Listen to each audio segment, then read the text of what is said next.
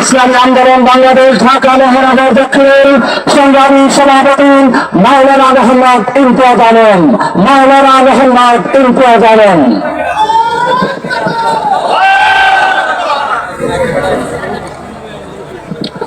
বিসমিল্লাহির রহমানির রহিম। নাহমাদুহু ওয়া নুসাল্লি আলা রাসূলিল কারীম। ইসলামী আন্দোলন বাংলাদেশ ঢাকা মহানগর উত্তর দক্ষিণ কর্তৃক আয়োজিত ফিলিস্তিনে ইসরায়েল কর্তৃক বর্বরচিত হামলা এবং ভারতে বিজেপি সরকারের লিলিয়ে দেওয়া উচ্ছৃঙ্খল সন্ত্রাসী দ্বারায় রাসূলুল্লাহ সাল্লাল্লাহু আলাইহি ইসলামের অবমাননার প্রতিবাদে আজকের এই বিক্ষোভ সমাবেশের প্রধান অতিথি ইসলামী আন্দোলন বাংলাদেশের প্রেসিডেন্টের অন্যতম সদস্য প্রিন্সিপাল হযরত মাওলানা সৈয়দ মুসাদ্দিক বিল্লাল মাদানী সাহেব সহ নগর নেতৃবৃন্দ, ছাত্র বন্ধুগণ, আমরা ভারতকে স্পষ্টভাবে বলে দিতে চাই, 5ই আগস্ট বিপ্লবের পরে আপনারা দিবা স্বপ্ন দেখেছেন বাংলাদেশের সাম্প্রদায়িকতা নষ্ট হওয়া, কিন্তু বিজেপি সরকারকে বলবো, মোদিজি নিজের চেহারা একবার আয়নায় দেখুন। কাশ্মীরে কি ঘটা হচ্ছে, নিম্নবর্ণের হিন্দুদের সাথে কি ঘটানো হচ্ছে। অতএব বিজেপি সরকারকে বলবো, মুসলমান, খ্রিস্টান, নিম্নবর্ণের যে হিন্দুরা রয়েছে তাদের সাম্প্রদায়িক সুন্দর ব্যবস্থাপনা করুন, নতুবা বাংলাদেশ সহ ভিন্ন দেশের আপনার নাক গলানোর কোন অধিকার নাই। ছাত্র বন্ধুগণ, সবাইকে সংগ্রামের শুভেচ্ছা জানিয়ে আর একটা কথা স্পষ্টভাবে বলে দিতে চাই, 5ই আগস্ট বিপ্লবে, ছাত্র জনতার বিপ্লবের আওয়ামী হাসিনা নামক টিউমার অপসারণ করেছি আমরা। অনেক কঠিন ভাবে সেই অপারেশন হয়েছে। এই অপারেশন করা অসম্ভব ছিল, আল্লাহর মেহেরবানিতে সম্ভব হয়েছে, কিন্তু এটার জান যায় নাই। বিভিন্ন সচিবালয় সহ বিভিন্নখানে দেখি ওই ক্যান্সার আবার জামু বেলা উঠতে চায়, আবার মাথা ছেড়ে দিয়ে উঠতে চায়। 1 থেকে 2,000 শাহাদাত বরণ করেছে, হাজার ছাত্র জনতা আহত হয়েছে, গাজী হয়েছে, দরকার মতো আরো লাখখানি শাহাদাত বরণ করবে, কিন্তু আওয়ামী হাসিনা নামক প্রশিষ্ট ক্যান্সার এই বাংলাদেশে পুনঃপ্রতিষ্ঠিত হবে না ইনশাআল্লাহ। আমাদেরকে বলেছেন হিন্দুদের মন্দির পাহারা দেন, তাদেরকে কেউ ক্ষতি করতে না পারে, আপনারা মাঠে গিয়ে তাদেরকে পাহারা দেন। আমরা গিয়ে পাহারা দিয়েছি, কি বলেন ঠিক না? আমাদের মায়ের বলেছে সামনে দুর্গা পূজা আসছে, হিন্দুরা আগের চাইতে আরো উৎসব করে আপনারা দুর্গা পূজা করেন, আমরা আপনাদেরকে পাহারা দেওয়ার চেষ্টা করব, রাষ্ট্র আপনাদেরকে পাহারা নেবে। আমাদের দেশের ধর্মীয় নেতারা, আমাদের দেশের রাজনৈতিক নেতৃবৃন্দ আপনাদের সেই তাদের জন্য কথা বলে, আর আপনারা ভারতে বসে বসে মুসলমানদের বিরুদ্ধে কথা বলেন, মুসলমানের নবীর বিরুদ্ধে কথা বলেন, আপনারা ইসলামের বিরুদ্ধে কথা বলেন। মনে রাখবেন, বিচার একদিন হবে, ইনশাআল্লাহ। পরিশেষে আমাদের সরকারকে বলি, অনন্ত বিলম্বে রামগিরি মহারাজ যা করেছে, এরপরে বিজেপিতে যা করেছে, আপনি অনন্ত বিলম্বে বাংলাদেশের হাই কমিশনার ইন্ডিয়ান যিনি আছেন তাকে ডেকে প্রতিবাদ করে জাতিকে সামনে আপনি এটা জানিয়ে দেন যে আপনারা ইসলামের পক্ষে, মহানবীর পক্ষে আছেন।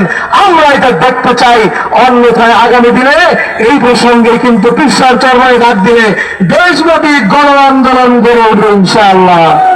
আল্লাহ রাসূল সাল্লাল্লাহু আলাইহি ওয়াসাল্লাম স্পষ্ট ভাষায় বলেছেন, তোমরা ততক্ষণ পর্যন্ত পরিপূর্ণ মুমিন হতে পারবে না যতক্ষণ পর্যন্ত তোমাদের জন্ম সন্ততি দেখেন আমাকে বেশি মহব্বত না করবে, ঠিক কিনা ভাই আমার?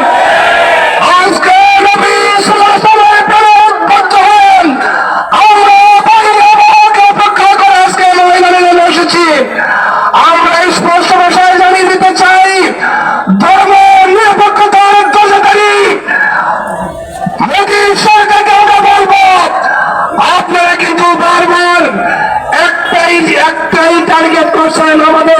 সাল্লাল্লাহু আলাইহি ওয়াসাল্লামকে কটূক্তি করা, এবং শুধু তাই নয়, অগ্র সম্প্রদায়ের লোকেরা দেশে বসে আমার নবী মুহাম্মদ রাসূলুল্লাহ সাল্লাল্লাহু আলাইহি ওয়াসাল্লামের বিরুদ্ধে কটূক্তি করে যাচ্ছে।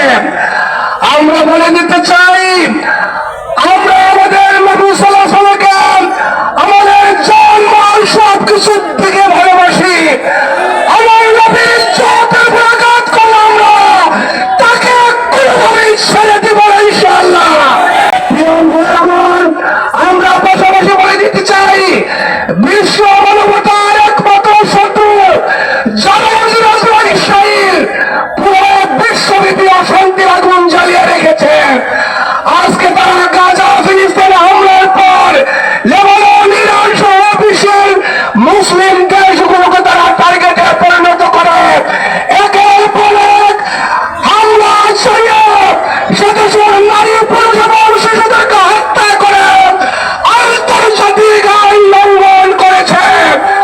আমরা বলে দিতে চাই, প্রধান উপদেষ্টা আপনি 93 মুসলমানের প্রতিনিধিত্ব করছেন, আপনি ইসরায়েলের বিরুদ্ধে করা বার্তা দিন, আপনি ইসরায়েলের বিরুদ্ধে অবস্থান পরিষ্কার করুন।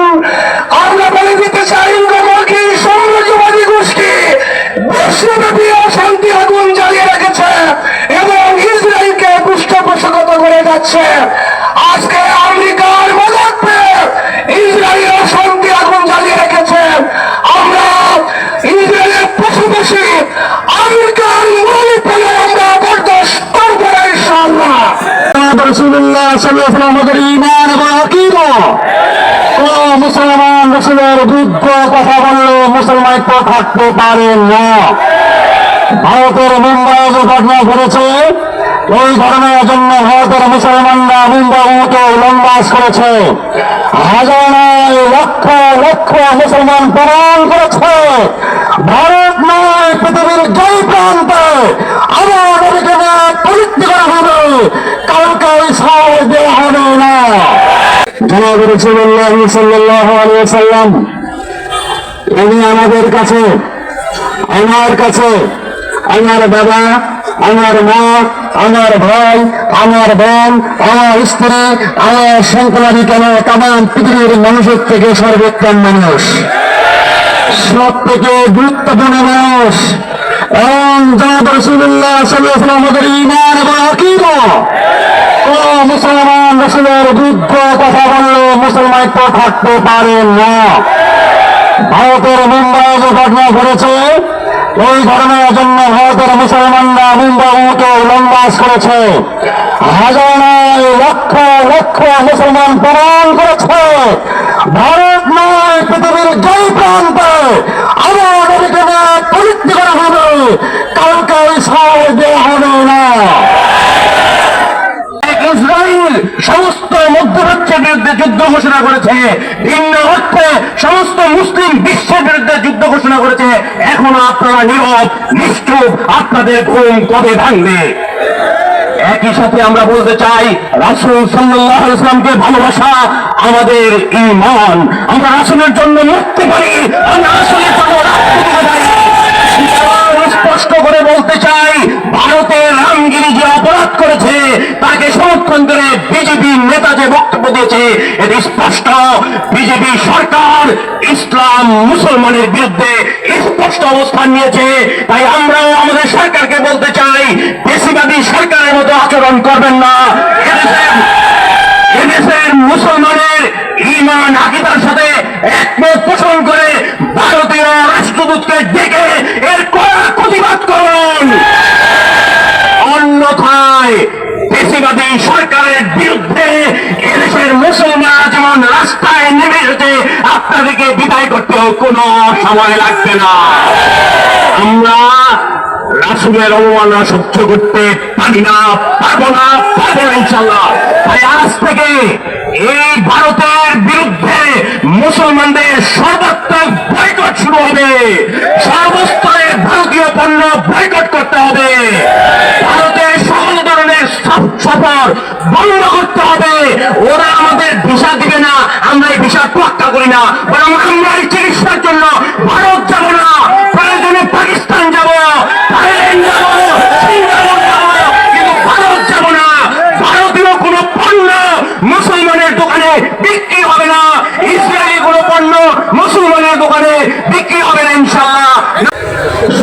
সাথী বন্ধুগণ, রাসূল করিম সাল্লাল্লাহু আলাইহি ওয়াসাল্লাম আমাদের ইমানের অংশ।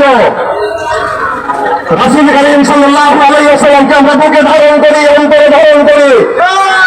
যারা আমার রাসূলকে নিয়ে কটূক্তি করে তাদেরকে হুঁশিয়ার করে চাই, কোন মুসলমান সহ্য করবে না। সেগুলো অমূল্যে তাদেরকে প্রতিহত করা হবে। সংগ্রামী সাথী বন্ধুগণ, এই তারুণ্যবান্ধা মুসলমানদের জীবনে সন্ত্রাসী জঙ্গি। আমরা বলতে চাই, যদি মুসলমানরা সন্ত্রাসী জঙ্গি হতো, এই ভারতীয় উপমহাদেশে শত শত বছর মুসলমান শাসকরা শাসন করেছে। যদি মুসলমানরা জঙ্গি হতো, যদি মুসলমানরা সন্ত্রাসী হতো, তোমার মতো রামগিরিকে তোমার বাবার জন্য হতো না।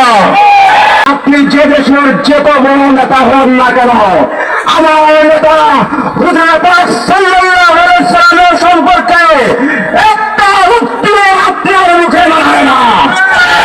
এই সর্বধর্ম বর্ণ নির্বিশেষে সর্বকালের সর্বশ্রেষ্ঠ মহামানব শিক্ষাবানা, সর্বজন স্বীকৃত সর্বশ্রেষ্ঠ মহামানবের বিরুদ্ধে আপনি কটূক্তি করবেন, বাংলার মুসলমান বসে থাকবে, আঙ্গুল চুষবে, এটা ভাবতে আপনি ভুল করবেন। শিক্ষাবানা এই জায়গায় বাংলাদেশ থেকে সেই মুম্বাইয়ের বিরুদ্ধে, মুম্বাইয়ের অভিমুখে লং মার্চ করা ইনশাআল্লাহ।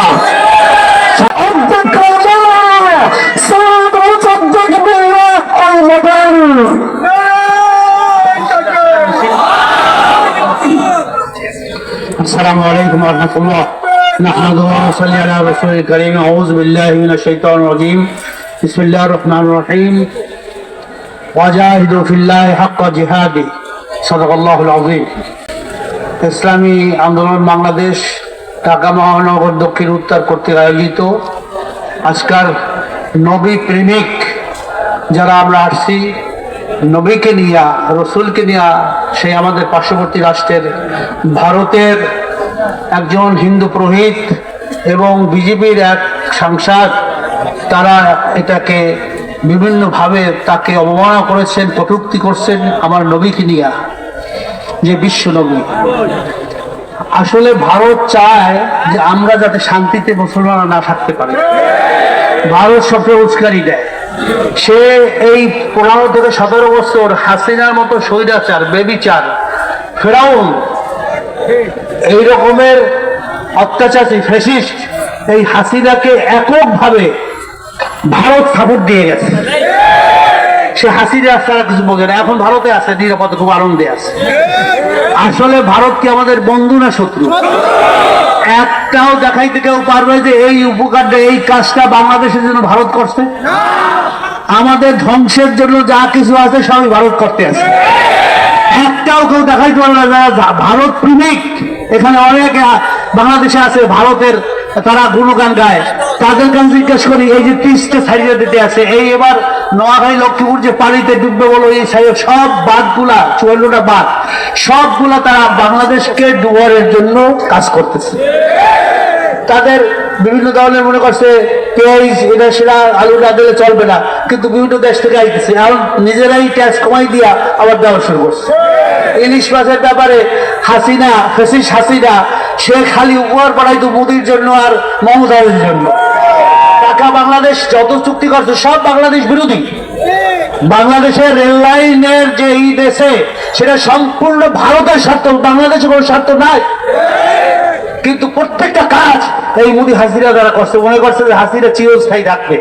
কিন্তু পলকে মিনিটের মধ্যে যে হাসিনা পতন হবে, কুলিল্লাহুম্মা মালিকাল মুলক তুতিল মুলকা মান তাশা ওয়া তানজিউল মুলকা মান তাশা ওয়া তুইজ্জু মান তাশা ওয়া তুযিল্লু মান তাশা বিয়াদিকা খায়র।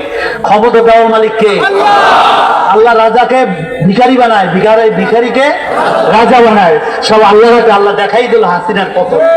আর কিছু চায় না। যারা চিন্তা করে যে আবার আওয়ামী লীগ আসবে, হাসিনা আসবে, হেগুরে বাড়ি, এই চিন্তা করিয়া লাভ নাই। কারণ আপনারা জানেন, মিডিয়ার সাংবাদিক হইলেও আপনারা জানেন যে আগামী শনিবার 5 তারিখ আমাদের বর্তমান ডক্টর মোহাম্মদ ইউনূস প্রধান উপদেষ্টা আমাদেরকে ডাকছেন। আমরা কালকার 5টায় আমাদের ইসলামী আন্দোলনের সাথে সংলাপ হবে, আমাদের আমিরের নেতৃত্বে আমিও থাকবো। সেখানে আমরা স্পষ্ট বলবো যে সংস্কার ছাড়া কোনো নির্বাচন দেওয়া যাবে না। তাড়াহুড়ার কোনো ব্যাপার নাই। আগে এই যে 6টা কমিশন করছে, অন্যগুলা সব দুর্নীতি, নির্বাচন কমিশন, অর্থনৈতিক ব্যাপার, প্রশাসন, পুলিশ থেকে শুরু করে সবগুলার সংস্কার হবে, নির্বাচনের পরিবেশ হবে, তারপর আমরা নির্বাচনে যাবো ইনশাআল্লাহ। আমরা সেটা কালকার বলবো 5টায় আমাদের সাথে সময় দিয়েছে ওই যমুনা তার কার্যালয়, সেখানে আমরা জানি সবাই যাবে যারা রাজনৈতিক দলকে ডাকছে। আমরা স্পষ্ট বলবো এখনো দুর্নীতি রন্ধে রন্ধে, এখনো আপনার দেখেন বিভিন্ন জায়গায় চাঁদাবাজি চলছে কি চলছে না, সাংবাদিক চাঁদাবাজি চলছে। একজন যাওয়ার পরে আবার আরেকজন আসার ফায়দা করতেছে। আমরা কোনো জালেমকে তো এক জালেম যাওয়ার পর আরেক জালেমকে আনবো কি? আমরা এটা চাই? আমরা চাই দুর্নীতি মুক্ত, সন্ত্রাস মুক্ত, চাঁদাবাজি মুক্ত একটা দেশ, বসবাসের যোগ্য, যেখানে চুরি ঘুষ থাকবে না, সেখানে আমরা সবাই ভাই ভাই একসাথে বিশ্বকে দেখাই দেবো দ্বিতীয় বৃহত্তম মুসলিম দেশ বাংলাদেশ, ইনশাল্লাহ দুর্নীতি মুক্ত একটা দেশ। আপনারা সবাই চান না? সেটা আমরা চাই, সেইটা আমরা কালকারে বলবো। এবং পিআরের ব্যাপারে আপনারা জানেন যে প্রতীকে ভোট দেওয়া হবে। পিআর যদি ভোট দেওয়া হয়, ওই ব্যাপারে আমরা খুব জোরালোভাবে ভূমিকা রাখতেছি। কালকারও সংলাপে সেখানে উপদেষ্টারা থাকবেন। আমরা বলবো যে পিআরের মাধ্যমে যদি ভোট দেওয়া হয়, সেই আপনার যার যার মার্কায়, তাহলে সব দল সরকার গঠন করতে অংশগ্রহণ করতে পারবে। সব দল একক কেউ ক্ষমতা আসলে সে হয়ে যায়, মানে ফ্যাসিস্ট হয়ে যায়, সে মনে করে আমি সবকিছু, সে আর তখন অন্য কিছু বিরোধী দল কিছু মানে না যে আমি সবকিছু করতে পারবো। আমরা সবাইকে দেখছি, আমরা আওয়ামী লীগ দেখছি, বিএনপি দেখছি, জাতীয় পার্টি দেখছি, সব দেখছি, সবুজ বাংলা, সোনার বাংলা, আমরা সব দেখছি। এখন ইসলামী বাংলা দেখতে চাই, ইসলামী রাষ্ট্র দেখতে চাই। আমরা এই রাসূলুল্লাহ সাল্লাল্লাহু আলাইহি ওয়াসাল্লামের যে অবমাননা করেছে সেই ভারতকে আমরা হুঁশিয়ার করে দিতে চাই যে হে মোদী সরকার, তোমার নেতারা যদি, তোমার এমপিরা যদি আবারও এইভাবে যদি করতে থাকে, তাহলে আমরা বিশ্ব মুসলমান বসে থাকবো না, ঘুমাবো না। এর প্রতিকারের জন্য যা কিছু করা লাগে ইনশাআল্লাহ আমরা করবো, ইনশাআল্লাহ। আসুন এর প্রতিবাদে, রাসূলের অপমানের প্রতিবাদে এখন আমরা মিছিল করি, আমরা সবাই মিছিলে শরীক হই। আসসালামু আলাইকুম ওয়া রাহমাতুল্লাহ।